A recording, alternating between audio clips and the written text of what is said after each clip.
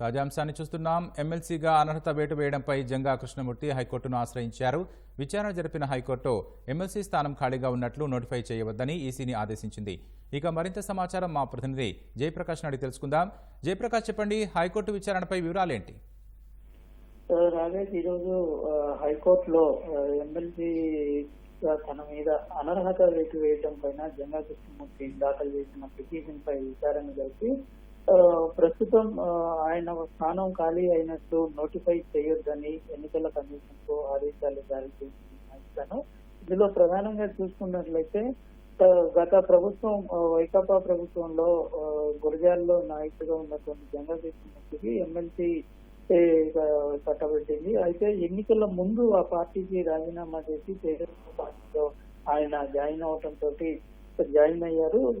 Join అయిన తర్వాత కొన్నాళ్ళు స్తబ్దతగా ఉన్న తర్వాత ఎన్నికలు అయిపోయిన వెంటనే, అంటే మే 13న ఎన్నికలు జరిగాయి. మే 14న ఆయన పైన అనర్హత వేటు వేస్తూ ఆయనకి తెలిపారు.